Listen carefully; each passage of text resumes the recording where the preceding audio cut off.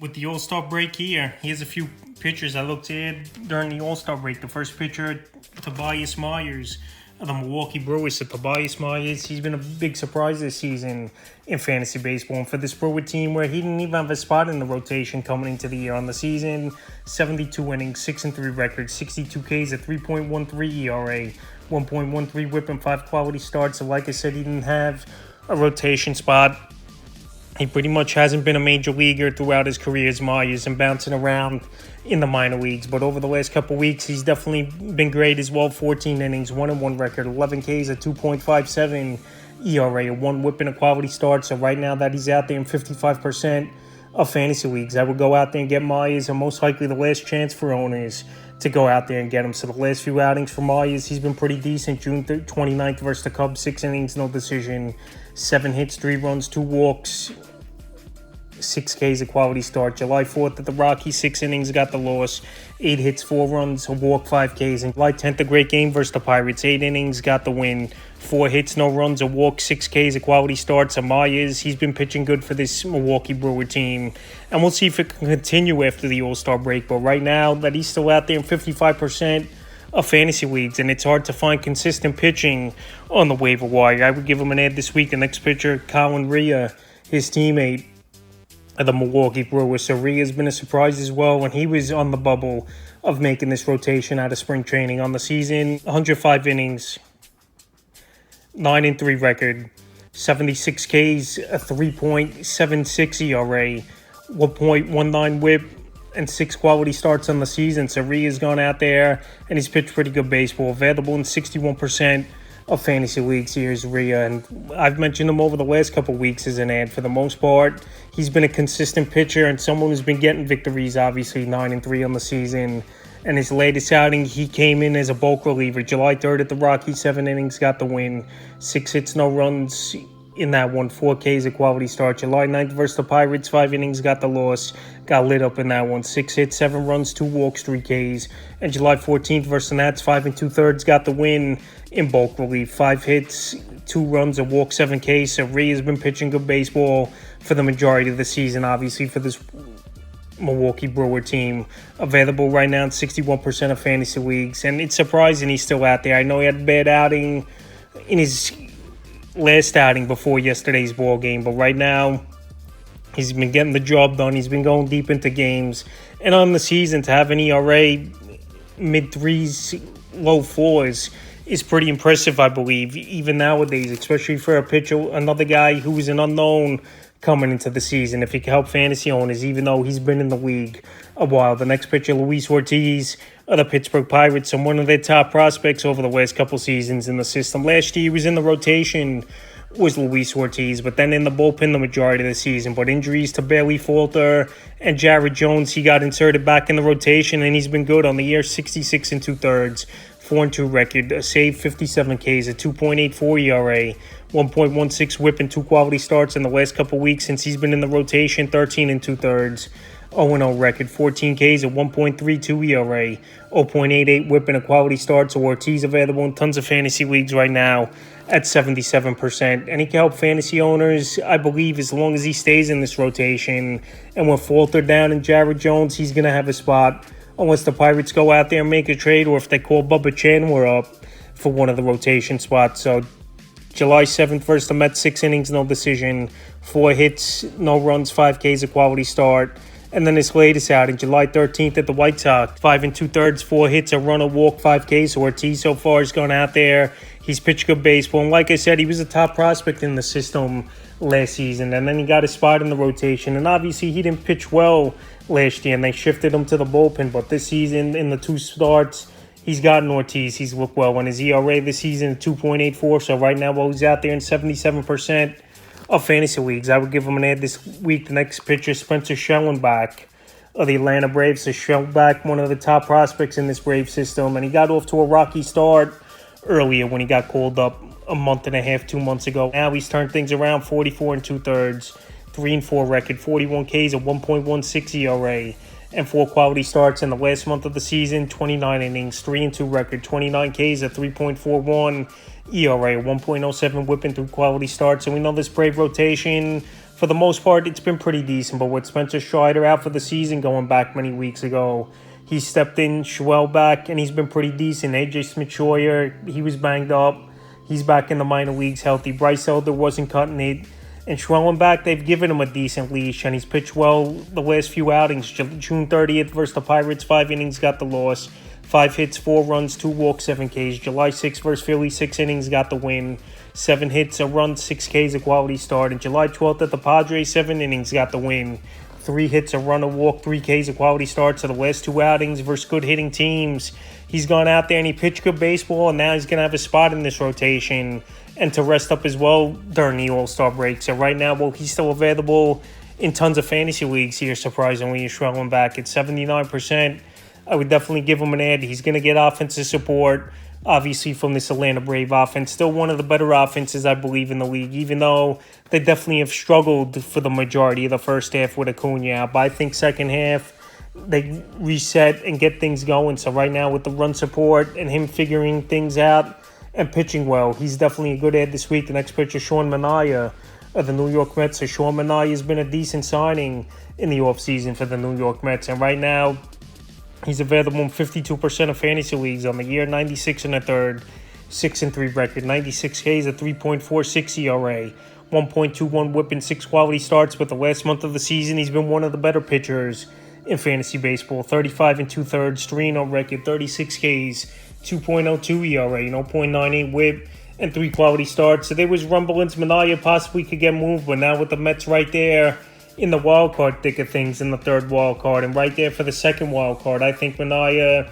is going to stay with this New York Met team, and maybe he found a home here. He signed a 1-year deal with a team option. So the last few outings for Manaea, he's been solid. Like I mentioned, July 2nd at the Nats, 7 innings, no decision, 5 hits, a run, 2 walks, 5 Ks, a quality start.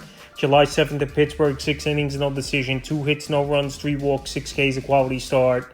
And July 12th versus the Rockies, 7 innings, got the win, 5 hits, 3 runs, a walk, 9 Ks, a quality starts. I know he's versus some pretty bad offenses, the Nats at the Pirates, and then the Rockies, whose offense hasn't been great this season here. But hey, Manaea's gone out there, he's taking advantage of those poor matchups, and he's pitched well over the last month of the season. So right now, well, he's getting it going and pitching well, and we most likely will see him once again after the break with another great outing at the Miami Marlins since it's a 4-game set. I believe he's a pitcher that help fantasy owners, and all these pitchers, they're going to pitch.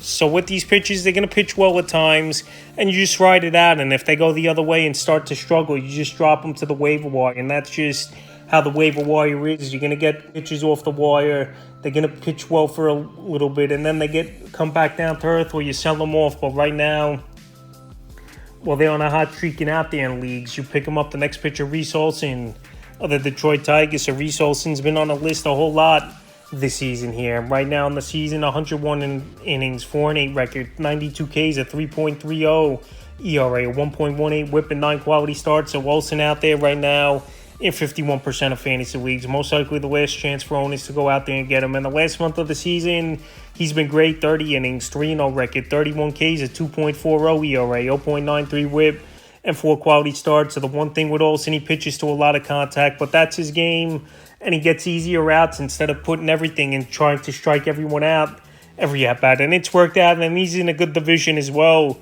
in the AL Central. Not good hitting teams for the most part. The Guardians, I know they've had a great season, but their offense could be hit or miss at times. White Sox, worst team in the majors. Obviously, Minnesota Twins, middle of the pack offense, and the Kansas City Royals. So Olsen versus those teams, obviously, in the division a whole lot this season helps as well. June 29th at the Angels, 6 innings, no decision, 5 hits, 2 runs, 3 walks, 9 Ks, a quality start. July 5th at the Reds, 5 2/3, got the win, 3 hits, a run, 2 walks, 8 Ks.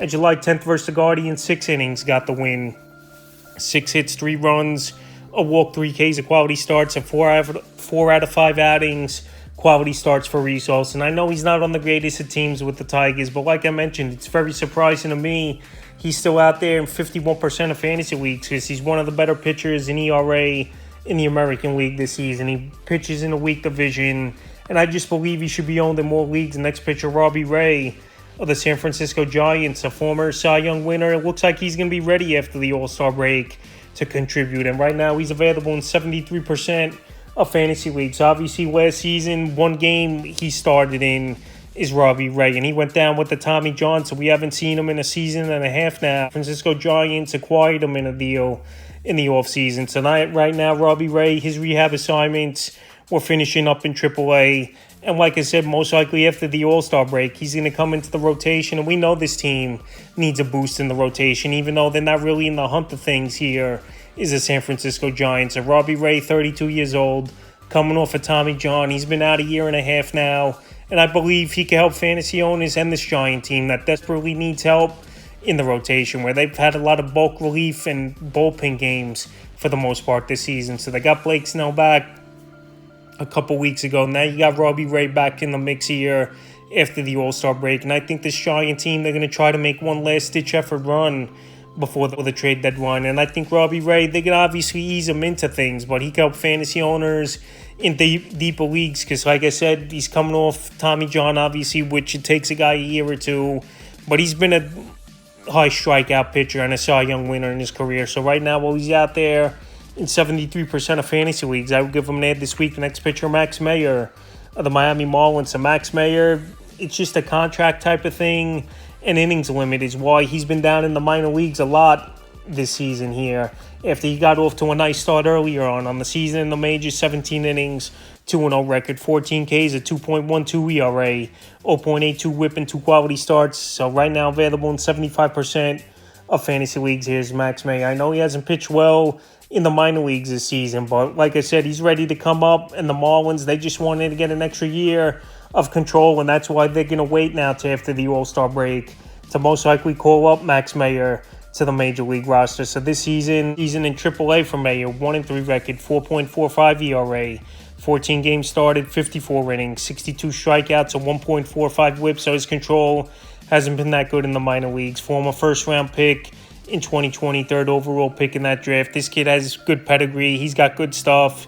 And getting sent down to the minors obviously wasn't in the plan for him. But obviously this Marlin team wants another year of control, and they figured they're not going anywhere this season, so they're not going to try to compete and use a year of control of Max Meyer. So right now, like I said, they get that year of control now during the All-Star break, and most likely he'll get called up because the Marlins, I know they're not trying to win games really, but they're putting guys out there that no one's ever heard of and not even top prospects in the system have been starting for this team. So right now, Max Meyer most likely coming up, even though I thought he was going to come up earlier. But with the contract eligibility to have him under control another year makes sense in a way for a Miami Marlin team going nowhere to hold him down there after the All-Star break. So with Meyer with upside and one of the top prospects in the Marlin system and a top 50 prospect in Major League Baseball, I believe Meyer could come up and help fantasy owners, even with an offense that's not really going to get a lot of runs for Meyer. The next pitcher, Gilbert Diaz of the Arizona Diamondbacks. So Diaz, he's come up so far and he's looked pretty decent